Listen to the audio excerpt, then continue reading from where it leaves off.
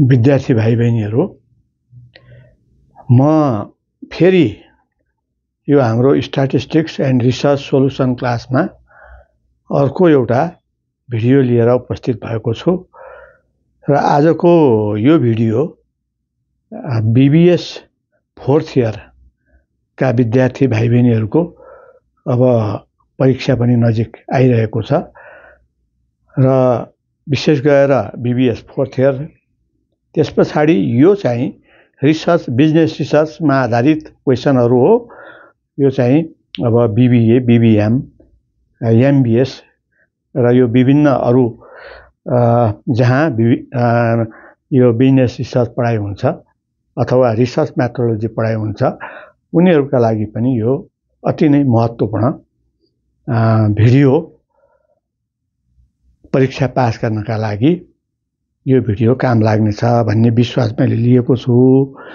अब हामी ढिला नगरेर यो 5-7 मिनेट भित्रै यो 6वटा क्वेशन लेखेको छु, यसको जवाब कसरी लेख्ने भन्ने कुरामा म केन्द्रित भएर यो क्वेशनहरूको आन्सर भन्दै जानेछु।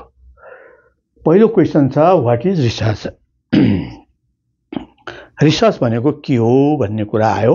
रिसर्च भनेको के हो भनेर लेख्दाखेरि हामीले जहिले पनि के लेख्नु पर्यो त भन्दाखेरि यो research is one of the continuous process of investigating new knowledge in which we identify the problem,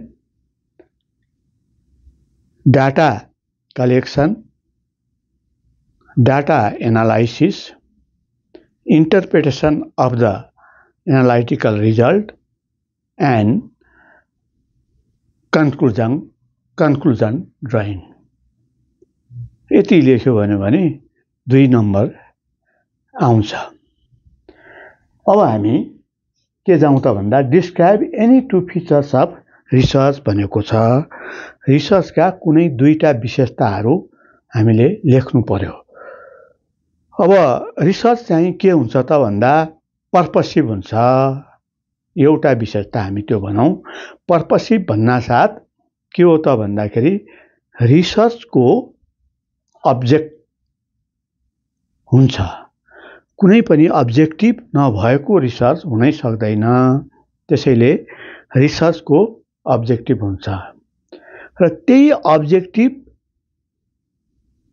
प्राप्त गर्नको निमित्त हामीले रिसर्चका विभिन्न एक्टिभिटीहरू कन्डक्ट गर्छौं र ती रिसर्चका अब्जेक्टिभहरू कसरी प्राप्त गर्न सकिन्छ त्यही अनुसारको मेथोडोलोजी, हाम्रो विधि, अनुसन्धानको विधि हामीले प्रयोग गर्ने गर्छौं र त्यसलाई हामीले के भन्छौं त भन्दा रिसर्चको एउटा पर्पसिभ हुन्छ भन्ने एउटा क्यारेक्टर भयो। अब रिसर्च पर्पस बिना रिसर्च हुनै सक्दैन, अब्जेक्टिभ बिना रिसर्च हुनै सक्दैन र यसका हरेक एक्टिभिटिजहरू त्यो अब्जेक्टिभ मिट गर्नका लागि केन्द्रित हुन्छन्। यो कुरा लेख्नु पर्यो। अब अर्को कुरा के छ, अर्को हामी के कुरा गरौँ त भन्दाखेरि अर्को क्यारेक्टरिस्टिक्स लेख्दाखेरि अब हामीले रिसर्च चाहिँ यो जर्नलाइजेबिलिटी अथवा सामान्यकरण गर्न सक्ने हुनुपर्छ भन्ने छ।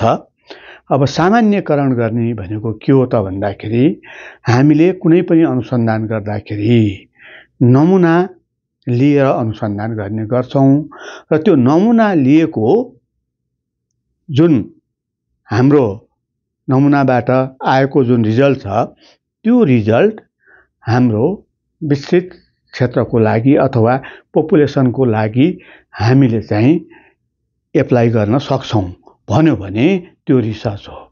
त रिसर्चमा के हुन्छ त जहिले पनि भन्दाखेरि रिसर्च गर्दाखेरि सानो नमुनाको आधारमा हामीले अध्ययन गर्ने गर्छौं र त्यसबाट आएको रिजल्ट त्यस्तै र त्यही अवस्थाको लागि हामी ठूलो एउटा लार्ज पपुलेसनमा त्यो रिजल्टलाई के गर्न सक्छौँ त भन्दा एप्लाई गर्न सक्छौँ भने त्यो रिसर्च हो। यसरी एप्लाई गर्न सकिँदैन भने त्यो रिसर्च होइन। अब हाम्रो चाहिँ state the types of research भनेको छ। अब रिसर्चका टाइपहरूलाई विशेष गरेर हामीले चाहिँ दुई भागमा बाँडिएको पाइन्छ। एउटा हाम्रो फन्डामेन्टल रिसर्च जसलाई बेसिक रिसर्च पनि भनिन्छ र अर्को एप्लाइड रिसर्च जसलाई एक्सन रिसर्च पनि भनिन्छ। अब हाम्रो चाहिँ के छ त भन्दाखेरि यो दुई प्रकारका हाम्रो रिसर्च हुँदा रहेछन्। फन्डामेन्टल रिसर्च र एप्लाइड रिसर्च भनेर लेख्नु पर्यो। त्यसपछि फन्डामेन्टल रिसर्च भने के हो त्यो पनि लेख्नुपर्छ। यो फन्डामेन्टल रिसर्च भनेको कुनै पनि विषय वस्तु केन्द्रित भएर रिसर्चरले आफ्नो चाहना जुन क्षेत्रमा छ, जुन विषयमा छ, त्यो विषयमा केन्द्रित भएर एउटा नयाँ ज्ञान, नयाँ सिद्धान्त प्रतिपादन गर्नका लागि जुन रिसर्च गरिन्छ त्यसलाई भनिन्छ फन्डामेन्टल रिसर्च भनिन्छ। र त्यस्तै गरेर एप्लाइड रिसर्च भनेको तत्काल कुनै अर्गनाइजेसनमा, कुनै निकायमा समस्या उत्पन्न भयो र त्यो समस्या समाधान गर्नको लागि त्योसँग सम्बन्धित एक्जिस्टिङ नलेज जुन छ त्यो नलेजलाई प्रयोग गरेर हाम्रो अनुसन्धान गरिन्छ र त्यो समस्याको समाधान गरिन्छ। त्यसलाई चाहिँ एप्लाइड रिसर्च भनिन्छ भनेर लेख्यो भने 2 नम्बर प्राप्त गर्न सकिन्छ। Right briefly about basic research भन्यो। अब बेसिक रिसर्चको बारेमा छोटकरीमा लेख भनिसकेपछि अहिलेकै कुरा दोहोऱ्याउनु पर्यो। बेसिक रिसर्च भनेको के हो त भन्दाखेरि एउटा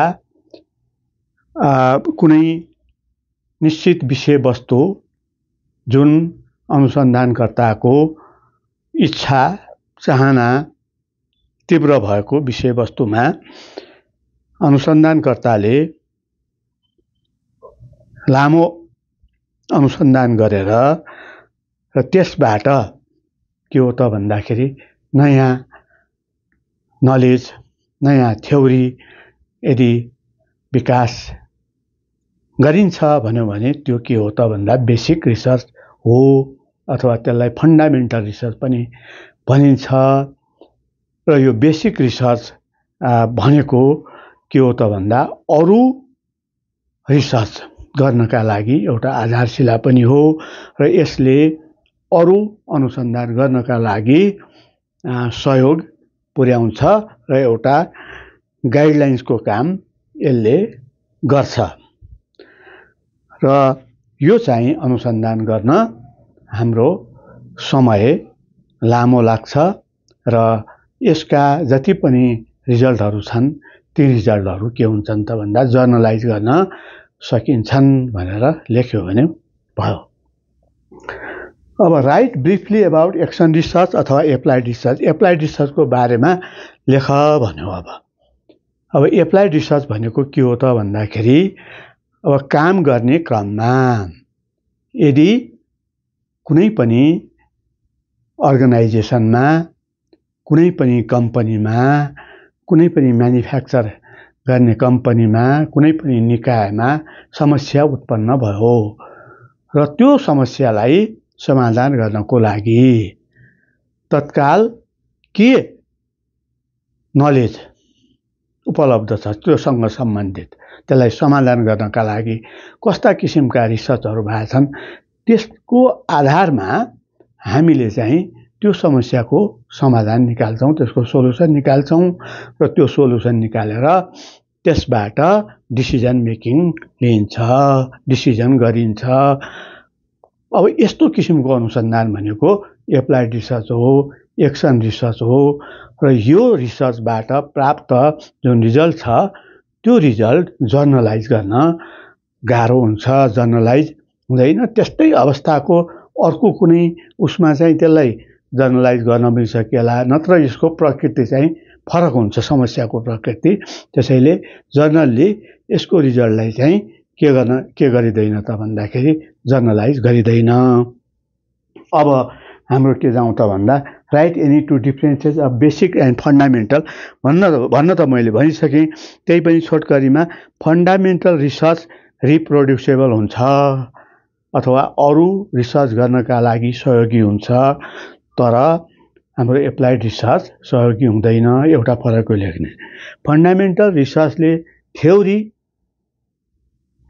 डेभलप गर्छ, नयाँ नलेज डेभलप गर्छ, तर एप्लाइड रिसर्चले थ्योरी डेभलप गर्दैन, नयाँ नलेज डेभलप गर्दैन। यसले समस्याको समाधान गर्छ भन्ने लेख्नु पर्यो।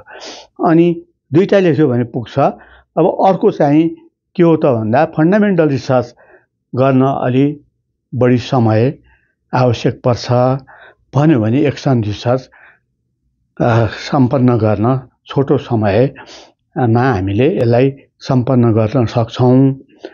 त्यस्तै गएर हाम्रो फन्डामेन्टल रिसर्च भनेको अब अरू रिसर्चका अरू काम गर्नका लागि यो एउटा चाहिँ के हो त आधारशिला हो, जग हो भने फन्डामेन्टल रिसर्च त्यस्तो किसिमको आधारशिला होइन।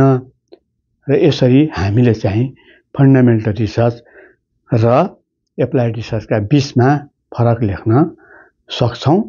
र आजको क्लास मैले यही नै अन्त्य गरेँ।